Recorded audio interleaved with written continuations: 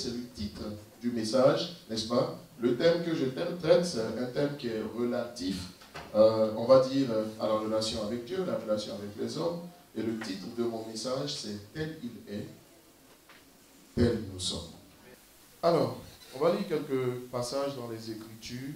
Matthieu, le premier en Matthieu chapitre 5, verset 48. Le second, Matthieu chapitre 19, verset 21. Donc, on va y aller si la projection est prête. Matthieu chapitre 5, verset 48. Alors, dans ce passage donc, de Matthieu chapitre 5, verset 48, il est dit, « Soyez donc parfaits, comme votre Père céleste est parfait. » Soyez parfaits, comme votre Père céleste est parfait. En temps normal, à lire un tel passage, ça devait tout de suite nous interpeller. On devait réagir pour dire, waouh, parce que c'est pas trop fort ce qu'il dit. Nous avons l'habitude de dire qu'on ne dit pas qu'on veut être parfait, on dit on tend vers la perfection. Qui a déjà entendu cette expression? On dit la perfection n'est pas de ce monde. On a l'habitude de le dire, n'est-ce pas? Mais pendant qu'on dit que la perfection n'est pas de ce monde, regardez ce que Dieu dit. S'il vous plaît, on va prendre note, on va noter tous les versets. Je vais en citer beaucoup ce matin. Alors, comment Dieu peut nous demander d'être parfait comme Dieu est parfait? On n'a pas dit d'être parfait à la manière des hommes. Il dit d'être parfait comme Dieu lui-même est parfait. Et s'il ne dit pas tendez vers la perfection comme Dieu est parfait, ça veut dire que ce n'est pas la bonne façon de parler pour nous, en tout cas en tant que chrétiens, de dire nous tendons vers la perfection. Je suis venu dire quelque chose à quelqu'un ce matin. Il est possible en Christ d'être parfait. Oh, donnez-moi de bons amen. Tu sais, quand tu dis amen, tu dis que je suis d'accord avec. Parce que si ton amen est faible, c'est que tu es faiblement d'accord. Si ton amen est un peu mou, ça veut dire que tu es mollement d'accord. Quelqu'un peut-il dire amen? Donc, il est possible en Christ d'être parfait. Je ne dis pas de tendre vers la perfection, mais d'être parfait. J'en veux simplement pour preuve le verset, le passage que nous venons de lire. Je vais enfoncer le clou avec un autre passage qui dit quasiment la même chose. Qui vient, alors, la Bible dit le témoignage de deux personnes est vrai, n'est-ce pas? Que tout jugement se porte sur la base du témoignage de deux personnes, vous vous souvenez, n'est-ce pas? La personne, ça peut être une personne physique. Ça veut dire que dès l'instant où une vérité biblique réapparaît au moins 2 fois dans la Bible, on peut la considérer comme une vérité. Une fois, on peut, bien sûr, si c'est la Bible, c'est la Bible. Mais 2 fois, il n'y a pas de possibilité de douter, il n'y a pas de possibilité de remettre en cause la chose. Quelqu'un peut-il dire amen? C'est pourquoi lorsque Dieu parle, vous verrez dans la Bible, on dit Dieu parle tantôt d'une façon, tantôt d'une autre. Tantôt d'une façon, ça fait première fois. Tantôt d'une autre, ça fait deuxième fois. C'est pourquoi tout ce que Dieu vous dira dans votre vie, qui est important et déterminant pour votre destinée, Dieu s'arrangera à vous le dire au moins 2 fois. Non, ton amen est faible. N'agis jamais lorsque Dieu t'a parlé une fois. Ce n'est pas une façon de douter. La Bible dit, regardez, remarquez dans la Bible, la plupart du temps, quand Dieu s'est révélé à quelqu'un, lui disant quelque chose d'important, il y a 2 sortes de prophéties. Il y a les prophéties d'exhortation et les prophéties directionnelles. Dans les prophéties directionnelles qui doivent emmener une orientation dans votre vie, Dieu prendra le soin de vous le répéter. C'est pour cela que, vous remarquez même, Élisée a dit, mon père, n'est-ce pas? Voilà, mon père. Pourquoi il ne dit pas une seule fois mon père? Pourquoi il ne dit pas 3 fois? N'est-ce pas?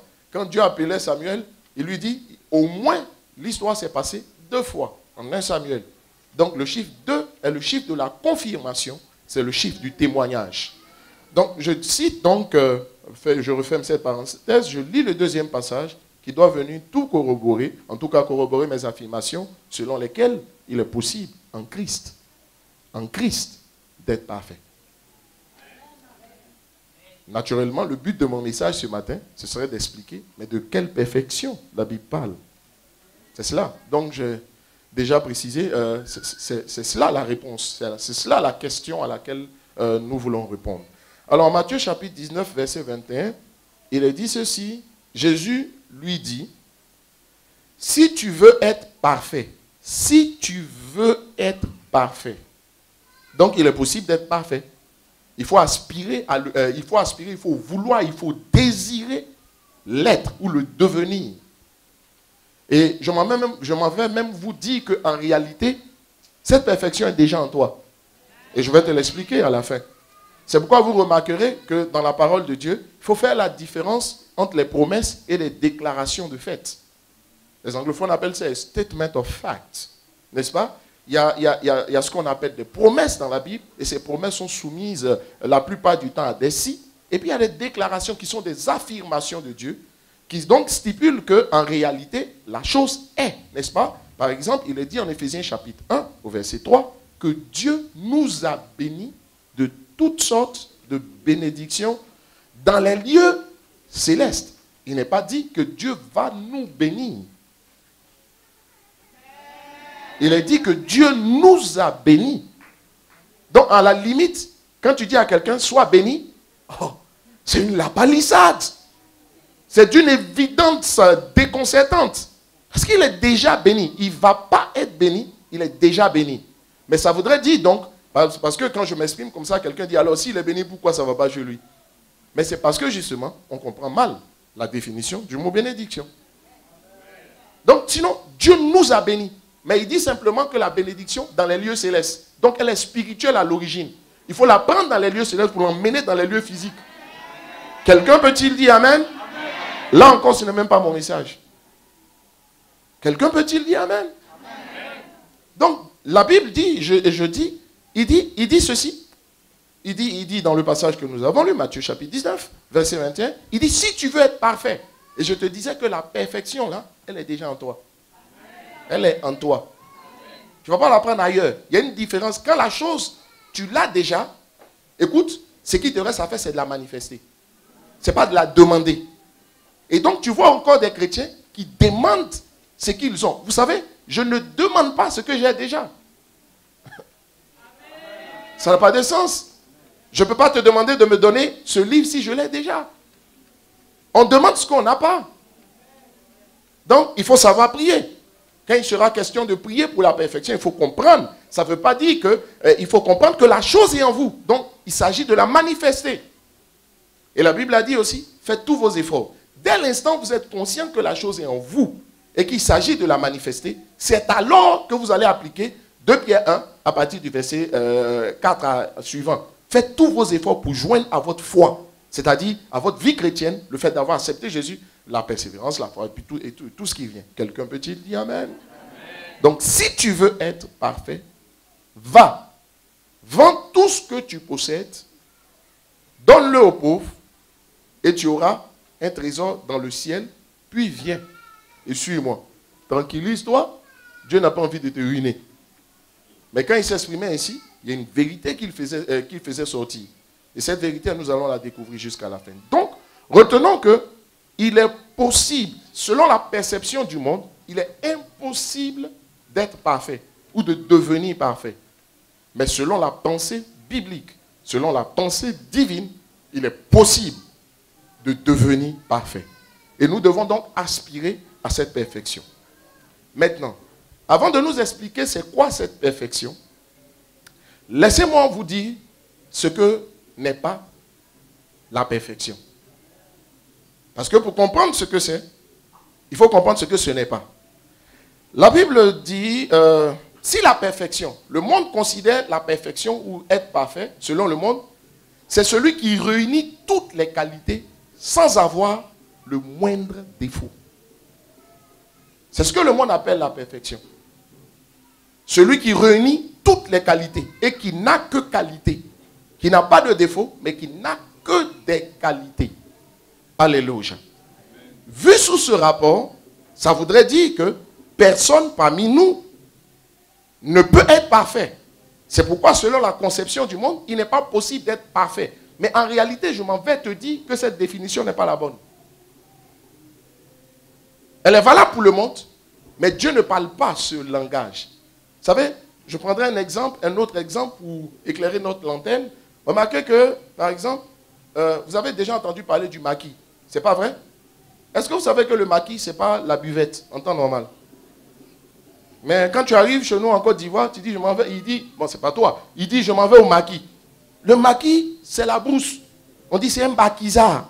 Quand on dit c'est un maquisard, ça ne veut pas dire celui qui va s'asseoir dans le maquis pour boire. Donc vous voyez qu'un mot, selon la compréhension ou la définition que vous donnez à un mot, vous pouvez faire 10 au mot, n'est-ce pas? Tout un ensemble de choses qui n'est pas forcément ce qu'il faut comprendre. Donc, le monde considère la perfection comme la qualité d'une personne qui n'a que des qualités, qui n'a pas de défaut. J'ai besoin ici que vous me levez la main, celui qui n'a aucun défaut. Lève la main, que nous te découvrions. On va mettre ton nom dans le livre des records Guinness. Il n'y a aucun homme sur cette terre qui n'ait aucun défaut. Et je m'en vais vous expliquer encore par rapport à la Bible que la perception biblique de la perfection dans cette définition-là c'est pas cette définition. Celui qui est parfait, ce n'est pas celui qui n'a que des qualités. Ce n'est pas que celui qui n'a pas de défaut. Et je vous le démontre. Est-ce que vous savez que dans la parole de Dieu, la Bible a dit de David que David est un homme parfait? Qui se... Il y a une différence. Je ne suis pas en train de dire, là où Dieu dit, David est l'homme selon mon cœur. Je ne parle pas de ça. Je te parle d'autre chose. Il est écrit noir sur blanc que David était un homme irréprochable. En français, quand on dit quelqu'un est parfait, c'est une façon de dire aussi qu'il est irréprochable. Il n'y a pas de reproche qu'on puisse lui faire, n'est-ce pas? Donc il n'y a pas de faute, ni d'erreur, ni de défaut dans la personne. La Bible dit que David est irréprochable. Mais avant même de lire le verset, j'ai envie de dire, Dieu, arrêtons-nous un instant. Tu parles de qui? David. Vous connaissez bien l'histoire de David. David, mais quelqu'un qui peut aller prendre la femme de son camarade, une femme mariée. Bon, moi-même aussi, quand je lis l'histoire me fait bizarre. La femme là aussi, on t'appelle comme ça, puis tu viens facilement. On n'a même pas vu quelque part, la femme a dit, non, David, je n'aime pas ça, je n'aime pas ça. Le roi, je n'aime pas ça. On t'appelle, tu viens. Dis à une soeur, on t'appelle, tu viens.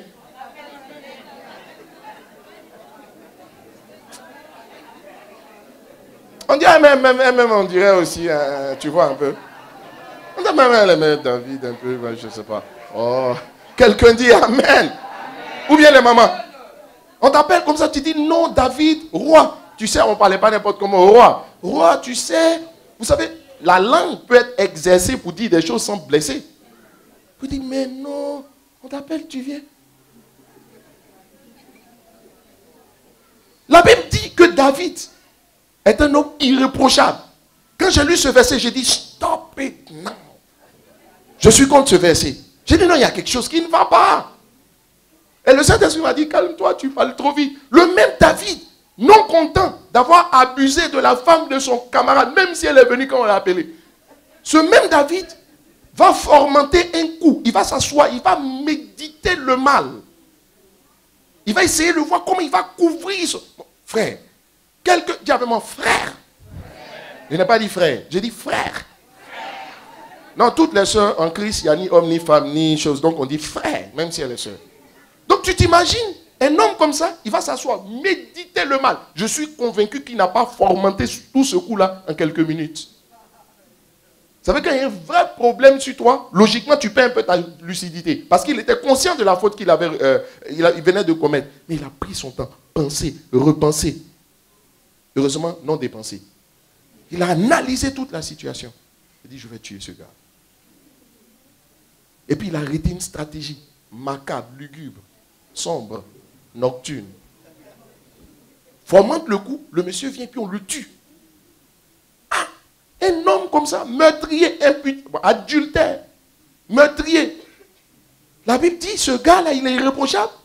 Oh, il y a un problème. Il y a un problème. Apparemment, vous semblez ne pas être choqué. Il y a un problème. Oh, qui est choqué? Bon, qui? Bon, vraiment, il n'est pas choqué, c'est la vie.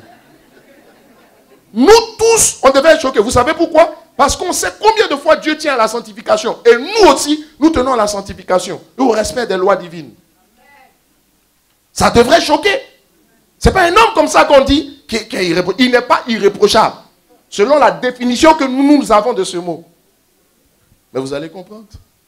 Un roi chapitre 14, verset 8. Un roi 14, verset 8. Ce matin, je suis vraiment en enseignement du début à la fin. Un roi 14, verset 8. Bon, peut-être que je vais prêcher, je ne sais pas, mais je suis en enseignement. Voilà. forcer le naturel, il revient au galop. Il dit, j'ai arraché le royaume, n'est-ce pas, de la maison de David et je te l'ai donné. C'est Dieu qui parle à Jéroboam.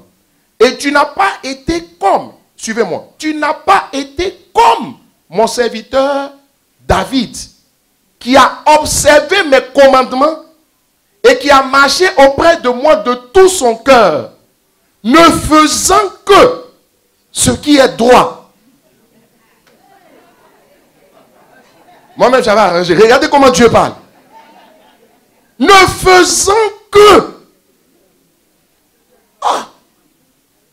C'est parce que c'est Dieu, hein. Sinon, là, je pense que j'aurais dit 4 mots. Même pas 2.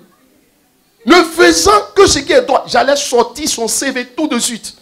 J'ai dit non, Dieu, on dirait que tu as oublié. Mais quelle est cette attitude? Qu'est-ce qui peut emmener Dieu, en guillemets? Je parle à des gens matures. Nous croyons en la sanctification parfaite. On est d'accord là-dessus? Non, pendant que je parle, quelqu'un dit, hey, le pasteur vient de me donner un topo. Quand il finit de me donner le meilleur, j'applique, je fais n'importe quoi et puis j'applique. Non. La Bible dit, il n'y a pas de... Bon, laisse tomber. Quelqu'un dit Amen. Amen. Qui aime Jésus? Qui croit en la sanctification? Qui aime un peu le péché? Super. Ça ne peut pas être ici. Oh, je sais que ça ne peut pas être ici. Vu la qualité des enseignements que vous recevez. Et puis, vous savez, quelqu'un dit Amen. Il dit, ne faisant que ce qui est droit à mes yeux. Donc, Dieu dit, David est irréprochable. Donc, Dieu dit, David est parfait. Ça veut dire que la perfection, ce n'est pas la qualité de ce qui n'a pas de défaut. La perfection a une autre définition selon Dieu. Pourquoi Dieu ferme les yeux sur les péchés de... Enfin, comme c'est Dieu. Comme pourquoi Dieu semble fermer les yeux. En réalité, il ferme les yeux sur la faute de David. La Bible dit personne n'était autorisé à manger les pains de proposition. Ok? David s'en va. Si tu n'es pas sacrificateur, il mange. Ok, d'accord, David, par rapport à Jésus, on peut dire qu'il est sacrificateur. Mais officiellement, il n'exerçait pas les fonctions de sacrificateur. Donc, il n'exerçait pas la sacrificature.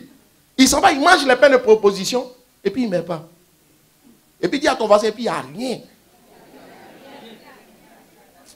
Dieu est devenu quelque chose. Hein. Et puis en plus, comprenez-moi, on est dans l'Ancien Testament. Là où Dieu ne jouait pas. Aujourd'hui même, tu fais, il te laisse un peu. Mais là-bas, tu fais, il te tape. Tu fais, il te tape. Quand il te tape, je n'ai pas le temps. Un autre jour, je vais t'expliquer pourquoi Dieu procédait ainsi.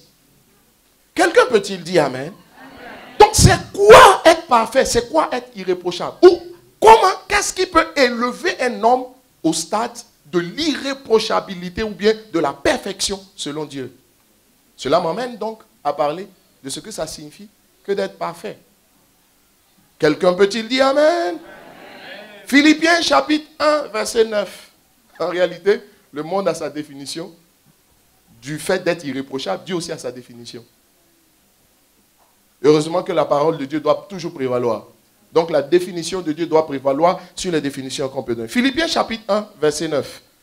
Il dit, et ce que je demande dans mes prières, c'est que votre amour augmente de plus en plus en connaissance et en pleine intelligence. Suivant, donnez-moi la suite du verset. Pour le discernement des choses les meilleures, afin que,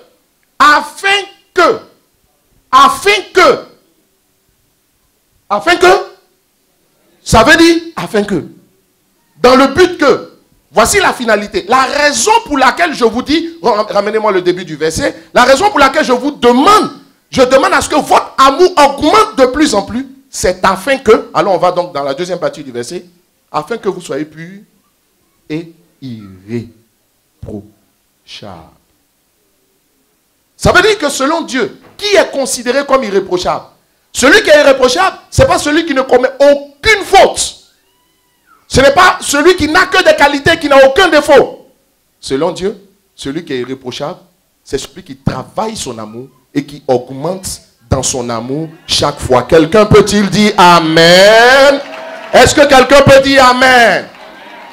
Donc, lorsque Dieu dit en Christ pour devenir parfait, la clé pour devenir parfait, c'est l'amour. Et quand je dis amour, oh, rassure-toi, je ne suis pas venu parler d'une personne ou d'une autre. C'est l'amour. Quelqu'un peut-il dire amen? La Bible n'a-t-elle pas dit que l'amour couvre un grand nombre de fautes? Sinon, toutes les fautes. Je vous lis le verset. Alléluia. Proverbe 10, verset 12. Proverbe 10, verset 12. La haine excite des querelles, mais l'amour couvre. Pas une, pas quelques.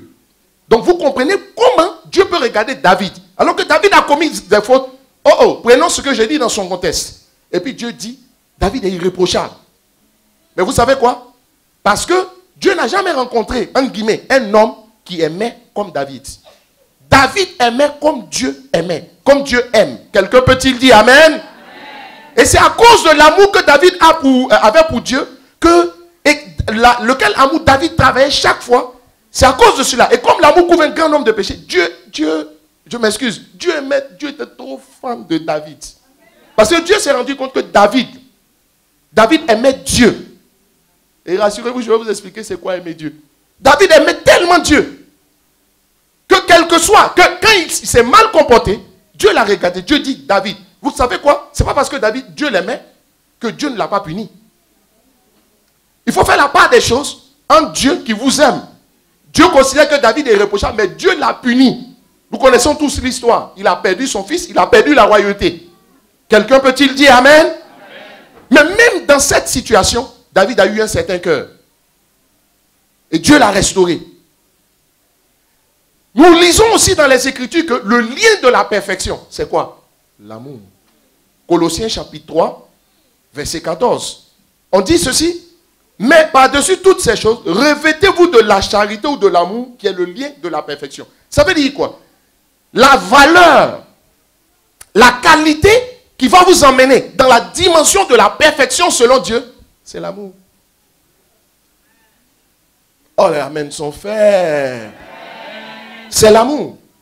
Donc, selon Dieu, être parfait, c'est manifester l'amour. C'est aimer comme Dieu aime. C'est avoir dans son cœur l'amour de Dieu. Et quand je dis l'amour de Dieu, c'est pas, Dieu n'est pas un homme pour que tu dis, oh Dieu, tu dis, je t'aime, je t'aime. Souvent quand on est en adoration, certains sont là, gloire à Dieu, oh Seigneur, je t'aime et je t'aime. Ce ne sont pas des sentiments. Aimer selon Dieu, ce n'est pas juste une affaire de sentiments. Ce n'est même pas des sentiments. Et j'arrive tout à l'heure. Il ne s'agit même pas de sentiments. Et c'est là l'erreur de plusieurs. Il ne s'agit pas de sentiments, il ne s'agit pas de sensations. Je vais te dire ce que c'est. Ou, si vous voulez par anticipation, je te le dis. C'est un commandement. J'en arrive. L'amour selon Dieu, c'est pas... Il dit, je t'aime. Quand je ne te vois pas, je suis triste. Quand je te vois, mon cœur fait shabadabadabada. Non. Il ne faut jamais vous lever aussi pour dire que, parce qu'on est en train d'adorer, quelqu'un là, oh, puis il tombe en prostration devant Dieu, il se traîne, et puis il pleure un peu. C'est beau, hein? C'est cool. Tu dis, waouh, la sœur aime Dieu. Le frère, oh, regarde comme il aime Dieu. Ce n'est pas de cela qu'il s'agit. Quelqu'un peut-il dire amen?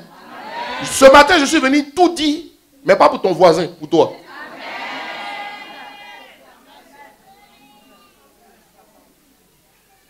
J'ai tout dit. Alléluia. Dis avec moi l'amour.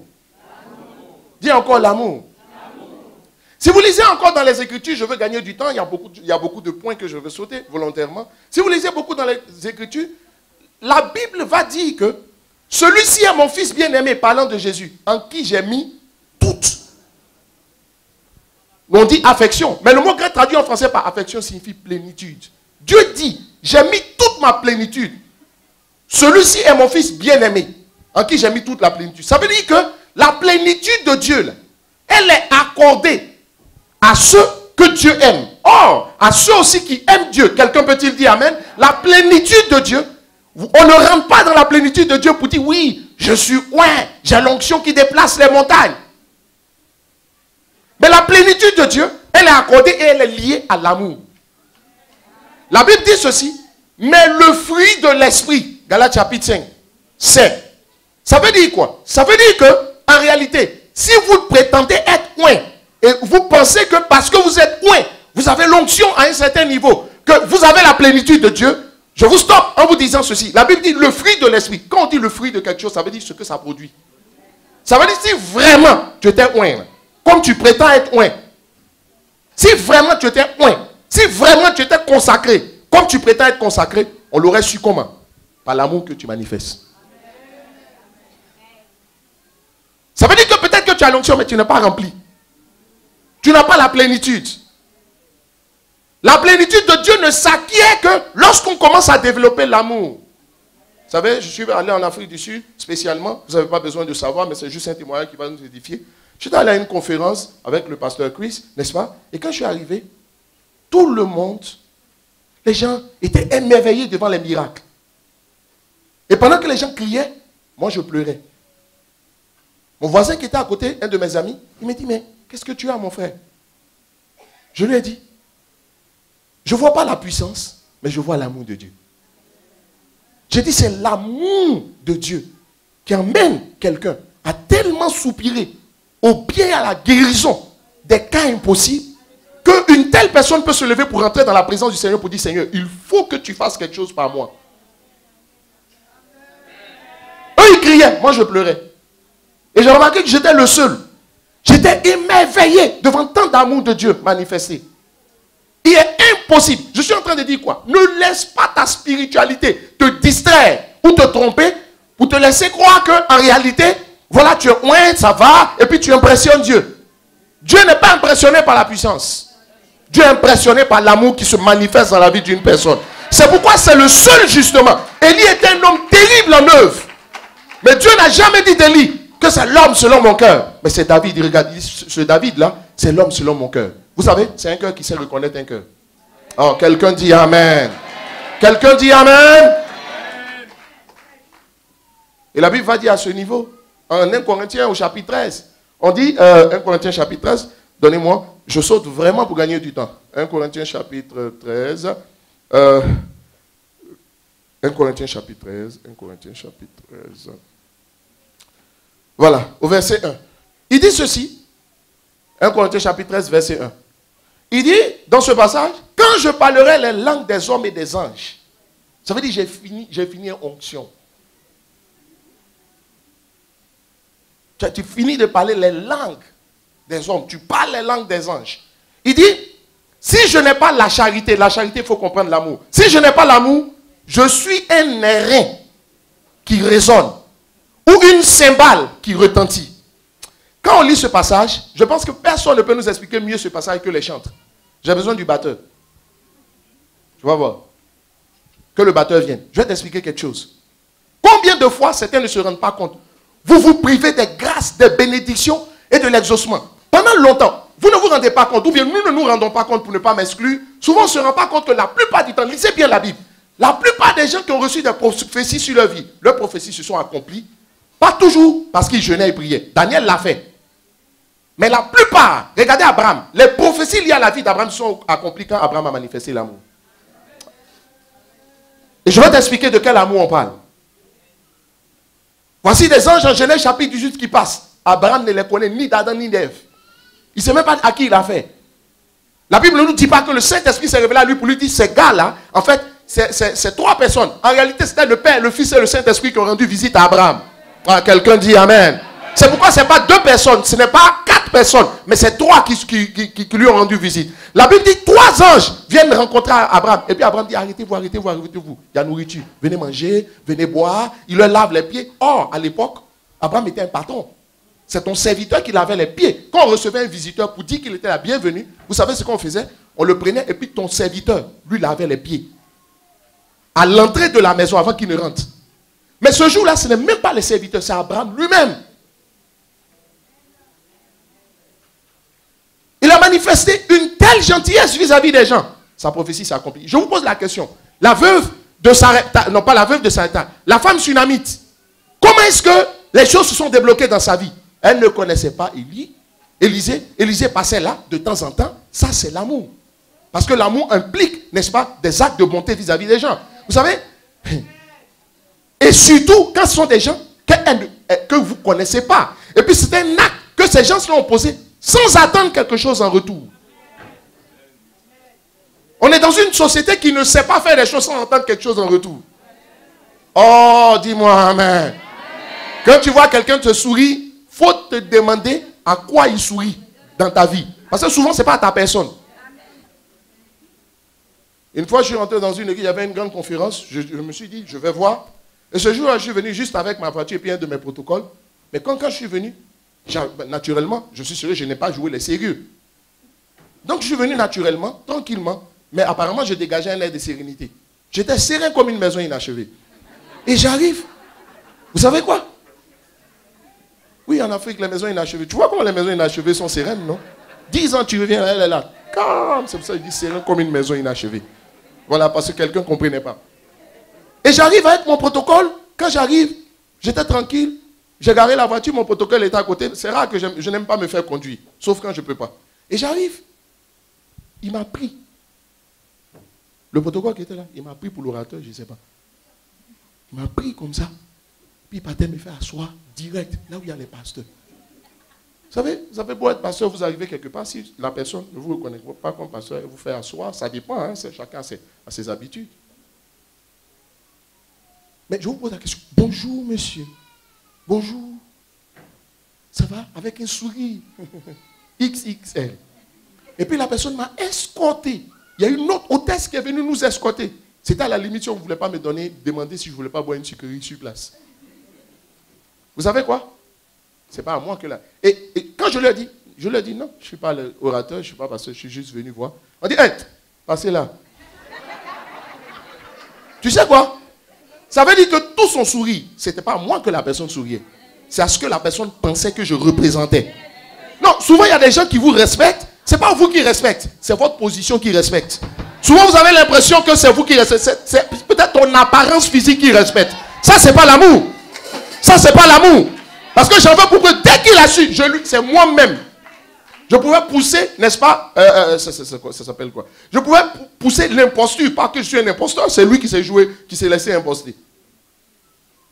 Pour aller m'asseoir tranquillement, puis je suis serein. Comme une maison inachevée. Quelqu'un me comprend, quelqu'un me suit ici? Le véritable amour qui a décanté leur situation. La femme sunamite voit Élisée. Élisée ne lui a pas dit construis-moi une maison. Oh, il y avait une prophétie qui pendait sur sa vie. Elle devait enfanter, elle était stérile, elle devait enfanter. Abraham aussi, c'est la même chose. Abraham priait, il jeûnait, priait devant Dieu. Mais les anges là, qui sont passés par là, Genèse chapitre 18, si Abraham ne les avait pas arrêtés pour manifester l'amour, c'est-à-dire un acte de gentillesse désintéressé vis-à-vis de ces personnes, il allait continuer à prier. Pourtant, la prophétie avait été déjà donnée. Je peux donner un troisième exemple encore? Quelqu'un peut-il dire Amen? Je veux m'arrêter là pour faire comprendre quelque chose à quelqu'un. Vous ne vous rendez pas compte, nous ne nous rendons pas compte. Je ne suis pas en train de parler d'un amour, tu es là, et puis avec ton frère, ton cousin. Non, non, ce dont je parle là, c'est profond. Vous dites, ouais, le frère, il n'aime pas, on n'aime pas. Non, je ne suis pas venu parler des autres, je suis venu parler de toi. C'est la plupart du temps qu'on parle de l'amour dans les églises. Et il dit, quand on prêche, il dit, prêche! Il pense à Gasparette. Si je dis Gaspard, peut-être quelqu'un s'appelle Gaspard ici. Ou bien il pense à Santé. Il pense à quelqu'un au lieu de penser à lui. C'est pour ça que je dis, je vais tout dire, mais à toi. Ce matin, il y a des prophéties sur ta vie qui, depuis là, tu jeûnes, tu pries, tu te sanctifies. Tu sèmes, ça ne se produit pas. Regarde, je suis venu te donner une autre clé. Je suis venu ajouter une clé aux nombreuses, multiples et efficaces clés que tu as toujours reçues. Vous savez quoi? Personne parmi de toutes les clés qu'on peut te donner pour qu'une porte s'ouvre, là, personne ne sait exactement laquelle ouvre. Donc généralement, qu'est-ce qu'on fait? On fait tout. Souvent, tu peux tomber juste sur la bonne. Dès que tu mets, la porte s'ouvre. C'est pour ça qu'on est obligé de tout vous donner. Mais il faut penser que c'est tout qui va ouvrir toi ta porte. Dans le cas de chacun de nous, même si c'est là... quelqu'un peut-il dire Amen? Donc quelqu'un qui a reçu... Il y a une personne qui a reçu une prophétie. Pour toi, là, c'est pas jeûne et prière. Quand tu as jeûné, tu as prié, ça a suffi. Pour quelqu'un d'autre, il va jeûner, prier, puis ça ne se décante pas. Lui, il faudrait qu'il ajoute une semence. Pour quelqu'un d'autre, il faut qu'il ajoute la sanctification. Pour quelqu'un d'autre, juste manifester de la libéralité désintéressée. Un amour désintéressé. Et c'est la clé que le Seigneur m'a envoyée ce matin pour venir vous donner. Il y a trop de prophéties dans ta vie qui ne sont pas encore accomplies. Toi-même, tu te demandes, mais là où on est arrivé même, qu'est-ce que je dois faire? On dit de s'aimer, j'ai s'aimé. Dans le fond de votre cœur, cherchez profondément à faire du bien aux gens. Sans rien attendre en retour. Quelqu'un peut-il dire Amen? Regardez, si vous faites le contraire, vous manquez d'amour. Beaucoup d'hommes et de femmes se sont mariés tout simplement sur la base d'un amour qui n'était pas l'amour. Quand il t'a vu, il dit, oh, bon, je ne peux pas partir vers une femme pour dire, chérie, comme elle est là, je dis, chérie, je t'aime, je t'aime. Tu es ma colombe. Je ne sais plus, dites-moi quelque chose, tu es mon trésor. Tu vois? Mais quand j'ai dit ça, en réalité, j'ai dit, je l'aime, parce qu'elle m'arrange à un niveau. On s'entend, elle ne se fâche pas. Quand tu dis quelque chose, elle fait. Quand tu dis va, elle va. Quand tu dis viens, elle vient. Bon, je m'excuse, on est en Europe, mais bon, écoutez, c'est comme ça. Je dis va, elle va. Tu dis viens, elle vient. Elle est toujours là, à tes petits soins. Et puis tu vois, je dis, oh, je l'aime, je l'aime. Tu sais quoi? C'est pas un bon amour. Tu sais pourquoi? S'il arrive une autre période où elle n'est plus capable, et Dieu permettra, de faire ces choses que j'apprécie tant, moi-même, je vois que moi aussi, je commence à me refroidir. Je dis, mais on commence plus. Quand c'est là, je dis, je t'aime, je t'aime. Maintenant que je dis, ça va, chérie. On dit quoi? Tu viens d'où? C'est toi ici. Tu vois? Le gars gentil a changé. Mais tu sais quoi? Mais parce que son amour, à l'origine, n'était pas un amour comme l'amour de Dieu. N'aimait pas à la manière de Dieu. La Bible dit, l'amour de Dieu a consisté en ceci. S'il vous plaît, écoutez-moi. Il dit, lorsque nous étions des pécheurs. Regarde, certains pensent que c'est quand on s'est converti que Dieu nous a aimés. Est-ce qu'il y a plus imparfait qu'un pécheur? Il dit, lorsque nous étions des pécheurs, Christ nous a aimés. Ça voudrait dire quoi? Le vrai amour, le véritable, c'est un amour qui aime indépendamment du comportement de la perfection. Que la personne fasse ce que tu veux ou pas. Parce que croyez-moi, un jour, chacun de nous ne fera pas vis-à-vis de l'autre ce qu'il est censé faire. Parce qu'on est simplement des hommes. Quelqu'un dit Amen? Il y a une autre femme qui regarde un homme et dit, chérie, je t'aime, je t'aime, je t'aime, je t'aime. On dit ok. Dieu dit ok. Mais tu sais en fait ce qu'elle aime. Elle aime son poste. Elle aime sa position. Donc elle est gentille, elle est bien. Elle s'occupe bien. Quand elle la voit lui aussi, il dit, ouh, j'ai une femme. J'ai une femme. Seigneur, je te bénis de toutes sortes de bénédictions spirituelles dans les lieux physiques. Sur la terre. Ça dit c'est une affaire de la terre. Quelqu'un peut-il dire Amen? Amen. Et puis un matin, il rentre à la maison et dit, chérie, il rentre tout tranquille. Il dit, chérie, qu'est-ce qu'il y a? Il dit, non, c'est bon. Il dit, non, il n'y a rien, tout va bien. Il dit, non, comment tout va bien? Tu prépares le plat qu'il est. Il ne mange pas. Il dit, non, tout va bien. Il mange un peu, se met bien. Elle demande, parce qu'un vrai homme ne parle pas vite. Un vrai homme ne parle jamais vite. Elle va chercher l'occasion. Chérie, je viens de perdre mon emploi. Tu dis quoi? Dis avec moi, tu dis quoi? On t'a payé tes droits. Tu dis, Une semaine, là encore, ça va. Mais quand même, tu as des économies. 2 semaines, 3 semaines. Tu n'arrives plus à donner l'argent pour la popote. Quand vient la femme qui prépare, quand tu revenais du travail, elle vient, elle enlève tes chaussures. Elle dit, elle met tes pieds dans de l'eau chaude. Pratique bien africaine. Quelqu'un dit Amen avec un peu de sel. Masse tes pieds. Quand tu rentres à la maison, si tu veux pas enlever tes chaussures, il faut rester comme ça. Attends, quelqu'un me comprend dans cette église? Aïe. Dis vraiment, aïe. Notre travail. Il n'y a plus de travail. C'est là même, souvent, on ne se rend même pas compte. Souvent, elle-même, elle ne se rendait pas compte. Il ne faut pas se lever pour penser que tout est calculé. Souvent, elle ne se rendait pas compte. Regarde, si vous êtes marié, demande-toi, aujourd'hui, pendant que je parle, Pourquoi? Tu aimes vraiment la personne. Parce que laisse-moi te dire, Dieu va te tester. Pose-toi. Pourquoi tu veux la marier? Il dit non, elle me comprend. Et le jour où elle ne te comprendra plus. Dis oui, quand je veux faire quelque chose, elle voit dans la même direction que moi. Hey!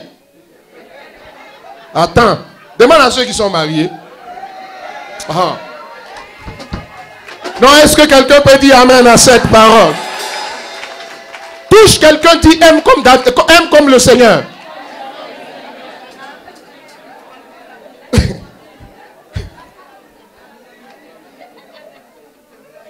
Il y a d'autres qui sont là, ils sont polis envers leur patron. Quand ils sont là, ils sont gentils. Parce que l'amour manifeste la douceur. Bonjour patron, comment ça va? C'est pas on paie ton salaire. Un mois, c'est chaud sur le patron.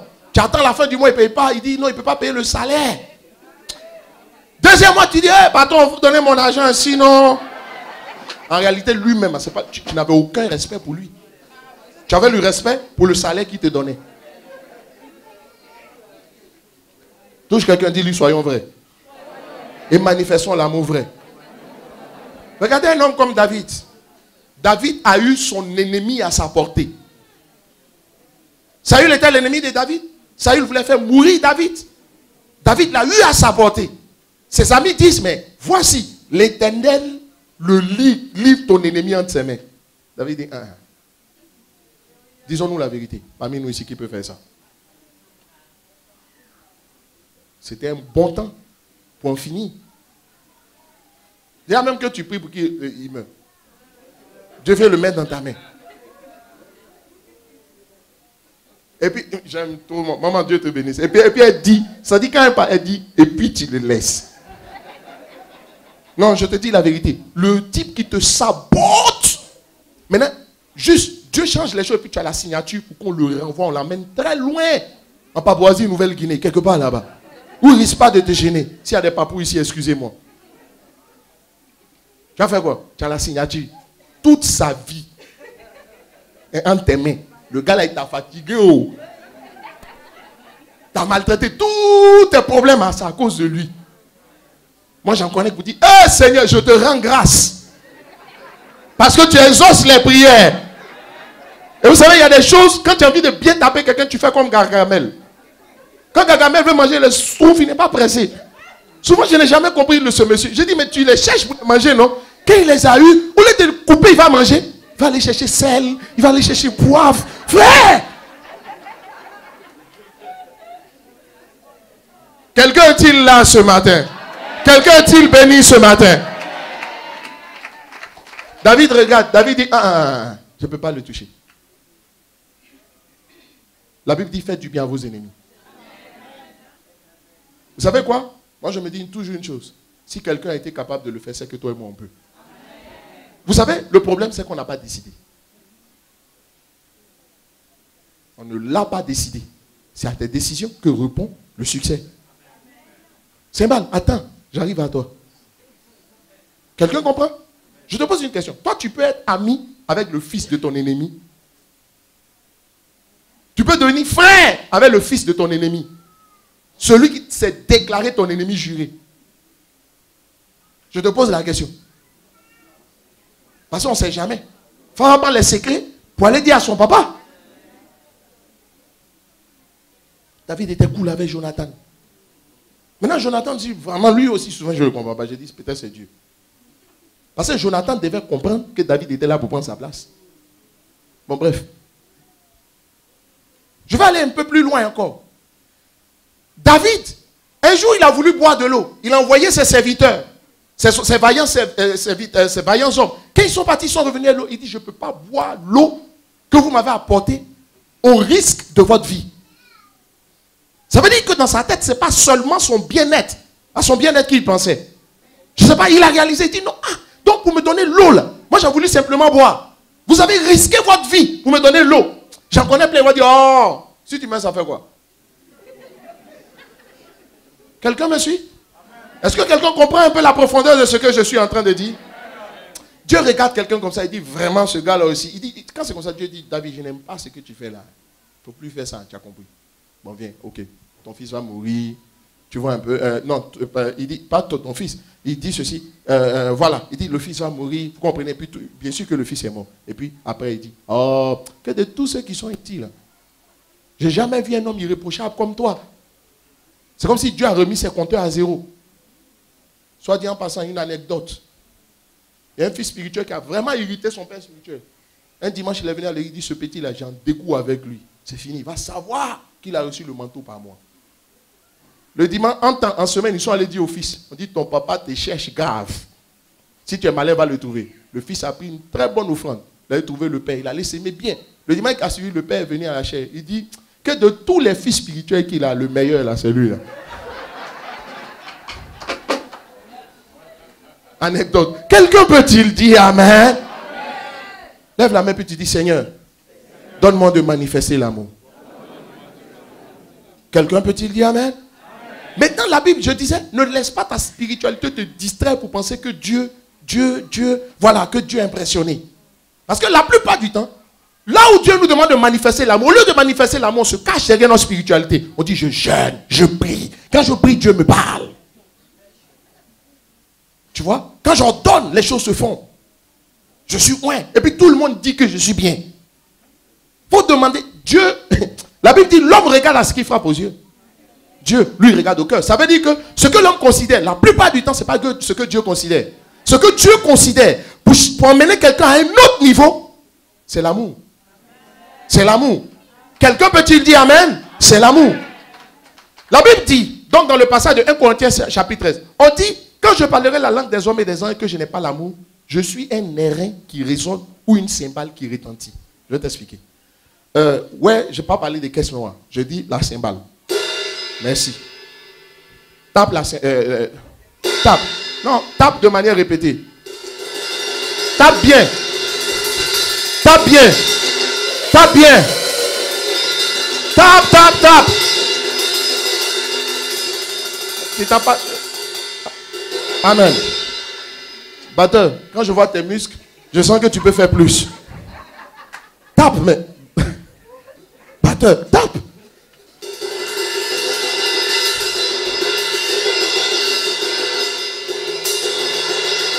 La Bible dit, c'est bon. C'est bon.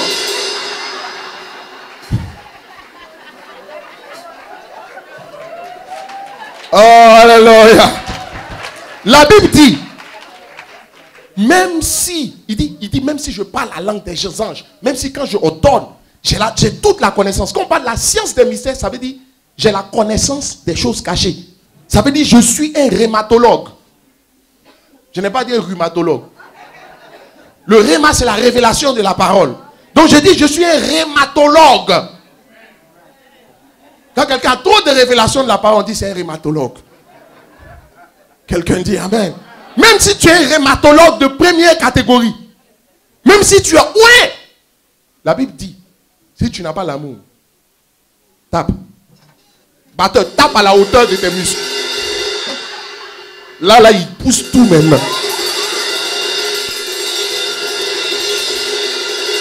Attends, c'est bon. Je veux un nom batteur. Viens avec moi. Il tape en batteur. Viens, j'ai besoin de quelqu'un, un nom batteur. Venez, n'importe qui. Oui, viens. Donnez-moi, donne-moi tes. Oui, il tape en style. Je vais te montrer quelque chose. Mais il tape en style, c'est normal, il est batteur. Toi, tu tapes ici, moi, il tape ici.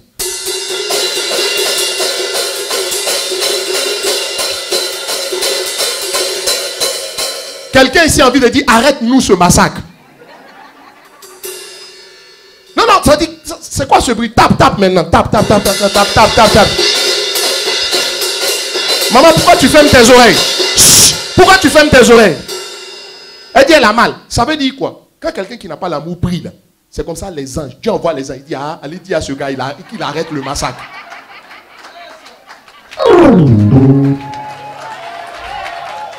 En fait, on a envie de lui dire pardon, c'est bon. Arrête ce massacre-là.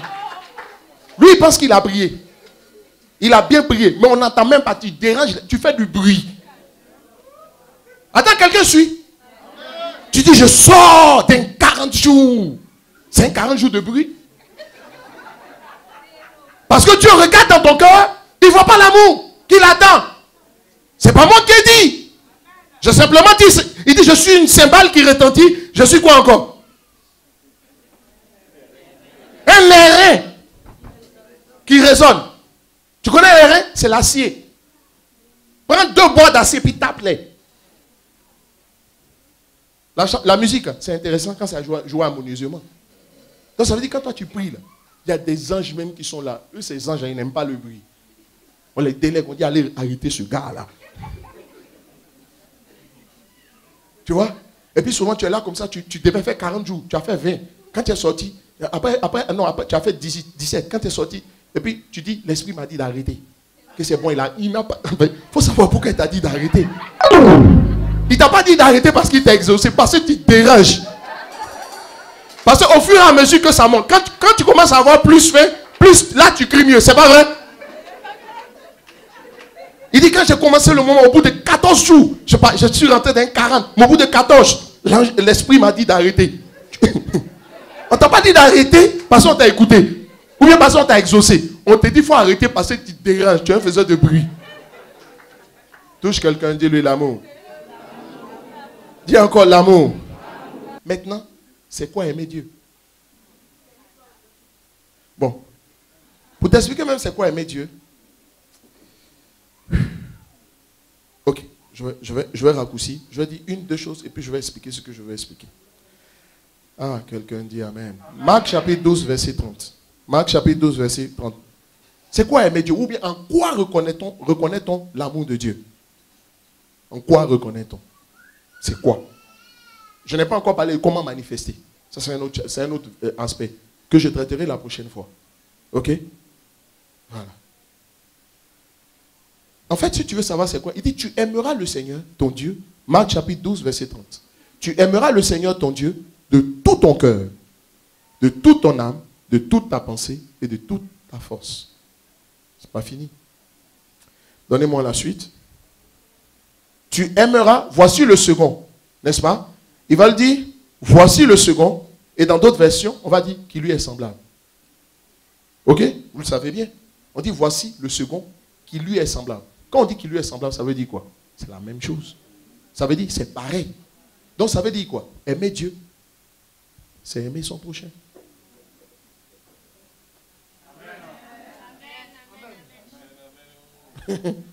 Aimer Dieu, c'est aimer son prochain. Parce qu'il dit, voici le second qui lui est semblable. J'aimerais même qu'à la régie, trouvez-moi exactement là où on emploie le mot ça, qui lui est semblable. Ça veut dire que ça revient à la même chose d'aimer Dieu que d'aimer son prochain. Si tu veux savoir, j'ai dit, Dieu là, ce n'est pas une femme, ce n'est pas un homme pour dire, je t'aime, quand je ne te vois pas, mon cœur se déchire. Non. Aimer Dieu, c'est aimer son prochain. Maintenant, ça je vais réserver pour la prochaine fois. C'est quoi aimer son prochain? Écoutez, sur la base du verset. Ça prend en compte 2 éléments. Merci. Il dit, et le second lui est semblable. Marc chapitre 12, verset 31.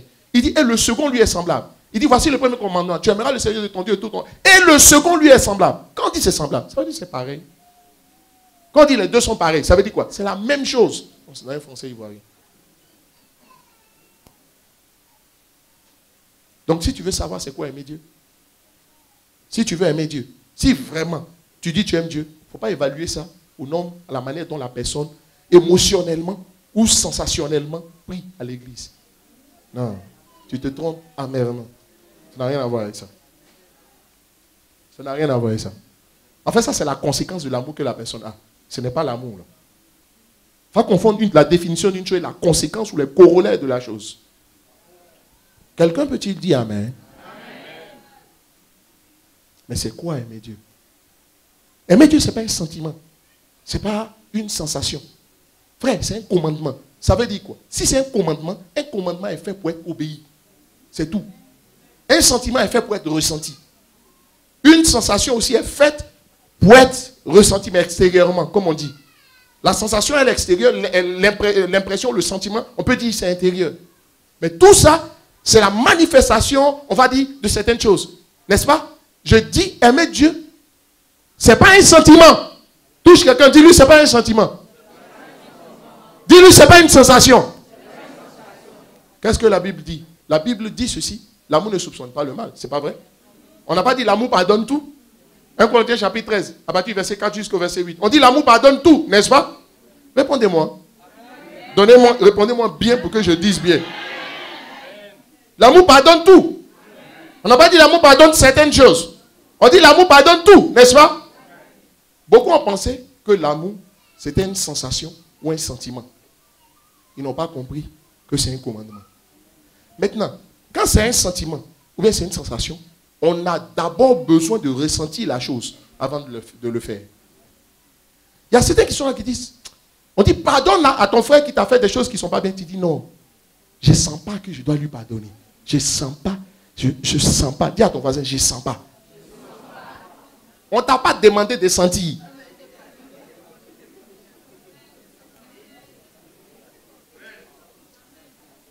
On dit il faut pardonner, tu dis je ne sens pas. Il y a un autre jour qui m'a dit, pasteur, je ne suis pas pour l'instant inspiré. J'ai dit, yeah. Maintenant, je te pose une question. Quand tu arrives au feu rouge, là, quand le feu est vert, tu fais quoi? Non, répondez-moi bien, parce qu'il y a d'autres qui pensent qu'il y a un piège. Quand tu arrives au feu vert, tu fais quoi? Ok, si tu as une voiture. Quand tu arrives au feu rouge, tu fais quoi? Au feu orange? Mais qu'ici, il y a feu orange. Ok. Tu passes vite. C'est un dégagement rapide. Bon, enfin, je ne sais plus comment on dit. De toute façon. Maintenant, je te pose une question. Qui parmi nous ici est arrivé un jour au feu? Au feu rouge. Et puis on dit, au lieu d'arrêter, il ne s'arrête pas et puis il passe. Ici en France, frère. Dis à mon frère.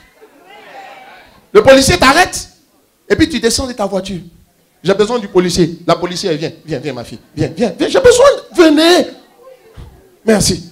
Voilà, c'est la policière. Joue-toi un peu les policiers quand même, ma fille. Tu n'as pas le visage d'un policier. Je viens de griller un feu, et puis je viens. Et puis, ouais, siffle. Il y a qu'ici les gens sifflent. Bon, laisse affaire de siffler. C'est que si tu m'as arrêté. Et puis tu m'arrêtes, et puis je descends. Et puis, dis-moi, mais qu'est-ce que vous avez fait? Vous venez? Dites-moi. Vos papiers. Que je dis, ok, vos papiers là, c'est pas que j'ai brûlé le feu, non? Je dis, mais, monsieur l'agent, je m'excuse. Moi, où je suis ici, c'est pas que je ne veux pas respecter les lois. C'est pas que je ne veux pas respecter les règles. Mais quand je suis arrivé au feu rouge, je n'étais pas inspiré.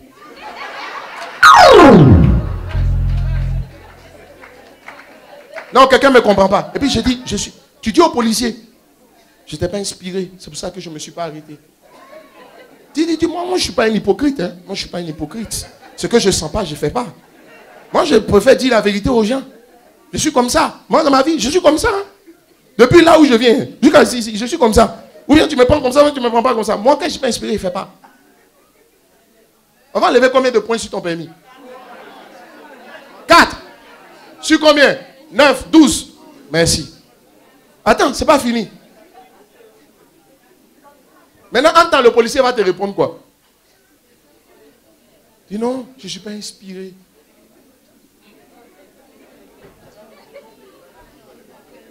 C'est que je suis... Il ne faut pas être inspiré comme ça 3 fois. À un moment donné, tu vas comprendre que ce n'est pas par inspiration, bien par sensation. Quand on dit le feu rouge, on s'arrête. Quand tu arrives au feu rouge, tu t'arrêtes. Souvent, tu es pressé. N'est-ce pas? Tu es pressé parce que tu es en retard. Tu arrives au feu rouge. Ça t'énerve, n'est-ce pas? Tu te concentres. Tu sais les paquites. Les mâchoires, quoi. Tu sais les mâchoires. Mais tu t'arrêtes quand même.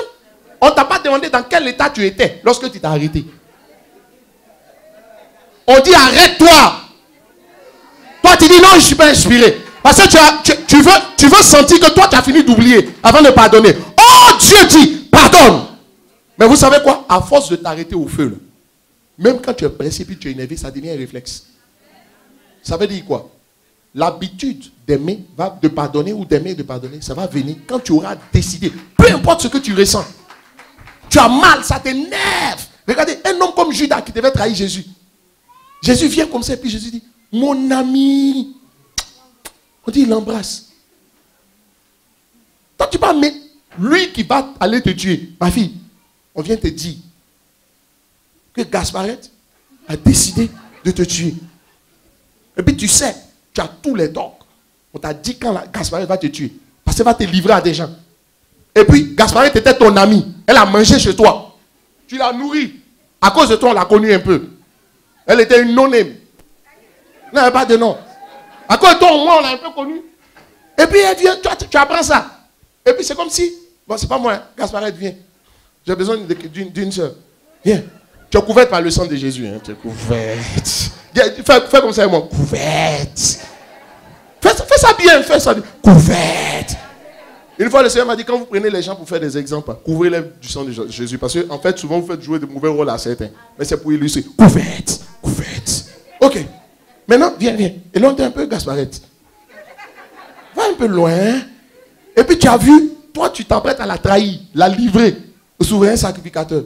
Bon, comme il n'y a pas de souverain sacrificateur, tu t'apprêtes à la livrer aux gens, là. N'est-ce pas? Et puis, tu viens. Et puis, toi, tu viens. Toi, tu as souri. Quand tu es là, tu as souri. Par le visage, on te dit que ta copine. Même quand on sent qu'elle sourit un peu. Dis avec mon frère. Dis avec mon frère. Viens. Toi, viens en traite aussi.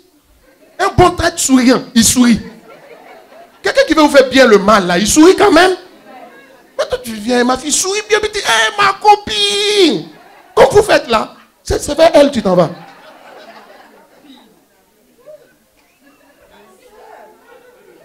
Et puis toi,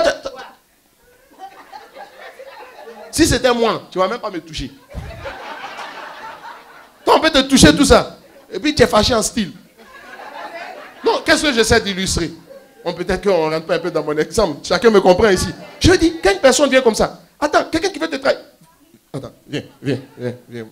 On dirait que vous comprenez. Arrête-toi, ma fille. Viens. Voilà. Ah, pardon.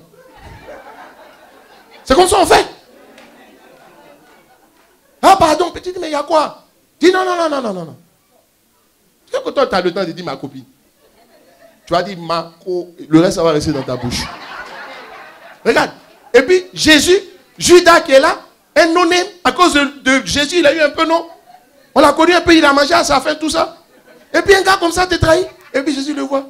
Viens, et puis, tu dis, mon ami. Et puis, on dit, il l'a embrassé.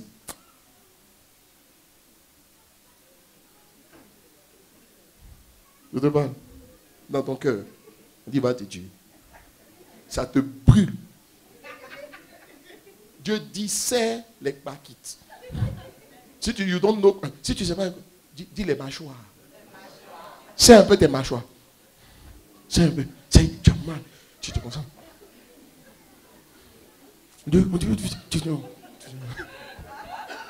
Parce que Dieu dit de pardonner.